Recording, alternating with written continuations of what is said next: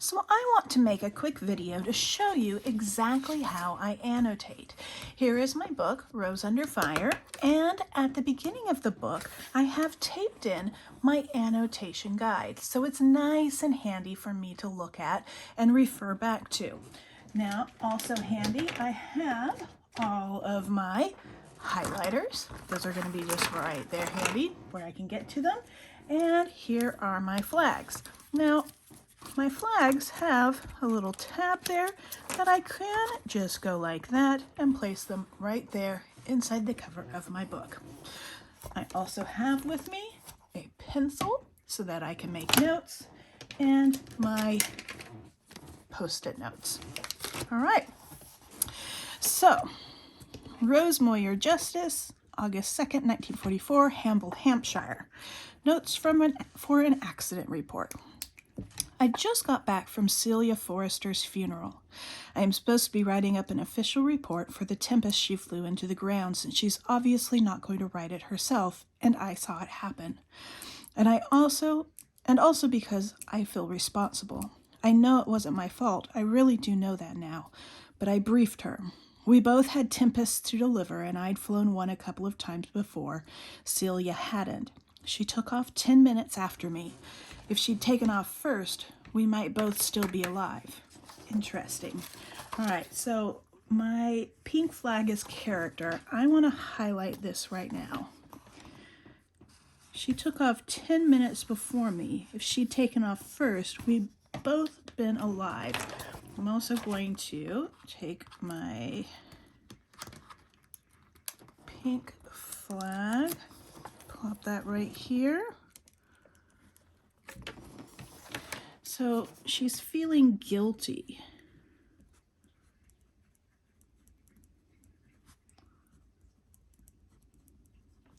Even though, where does it say it up here?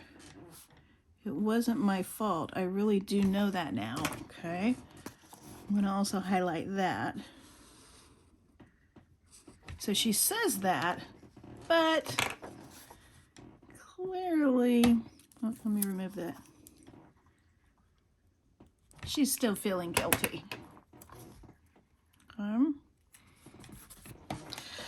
I've never had to do a report like this, and I don't really know where to begin. Maddie gave me this beautiful leather-bound notebook to draft it in. She thinks it helps. Hold on. I'm gonna make another note up here. So up here, because this is going to give us some context. It's 1944, Hamble, Hampshire. So that's our location. I know it's World War II. All right. Green was world building setting. So I'm going to mark that as well. And there was a little bit here about how she was getting ready for, she just got back from Celia Forrester's funeral. Yikes. All right. I never had to do a report like this, and I don't really know where to begin. Maddie gave me this beautiful leather-bound notebook to draft it in. She thinks it helps to have nice paper, and knew I wouldn't buy any for myself, since, like everything else, it's so scarce. She says you need to bribe yourself because it's always blah writing up accident reports. She had to write a big report herself last January and also be grilled in person by the accident committee. I know what this is. That's code name Verity. I love that book. All right, completely different note. She's right about nice paper, of course, and I have filled a couple of those pretty cloth-bound diaries that lock, but all I ever put in them are attempts at poetry.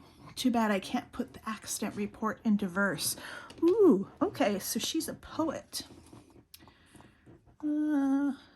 But all I ever put in them are attempts at poetry. Too bad I can't write this in verse. Ooh, she's a poet. All right, I'm going to give that another pink tag.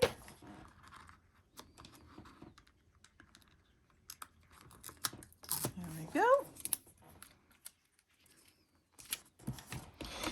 There were a few other air transport auxiliary pilots at Celia's funeral, but Maddie was the only ATA girl besides me. Felicita couldn't come. She had a delivery kit this morning. Along with Celia and Felicita, Maddie and I were the only ones who gave out Mrs. Hatch's strawberries to the soldiers lining up to board the landing craft for the D-Day invasion. It made us into friends. Felicita was very tearful this morning, banging things around angrily. Probably she shouldn't be flying. I know exactly what Daddy would say, 3,000 miles away on Justice Field in Pennsylvania, if it were me. Rosie, go home. You shouldn't fly while your friends are being buried. But the planes have got to be delivered. There's a war on. Boy, I'm sick of hearing that. It never stops. There are planes to deliver every day, straight from the factory or just overhauled, painted in fresh camouflage or invasion strips, ready to go to France.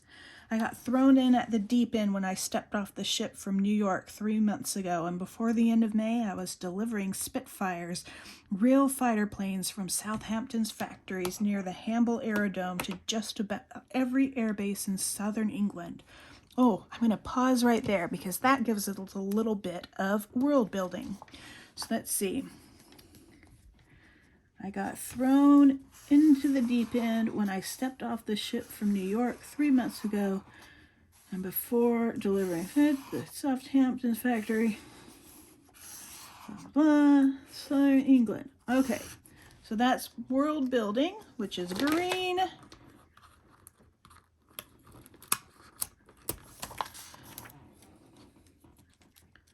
Right there. Where she, hold on, I'm going to move that a second, where she is posted. Also right here gives us a little bit about where she's from, right there. All right. Also, I thought there was some figurative language in here a little bit. There was something about thrown in at the deep end. That was my figurative language. What was figurative language again? That was yellow. Thrown in at the deep end. Ooh, that's a pretty yellow. Haven't used that one before. All right, thrown in at the deep end. It's a yellow. There we go. All right. So you can see here how, as you're reading this, the whole page is not filled up with a ton. You don't have a rainbow going on. All right.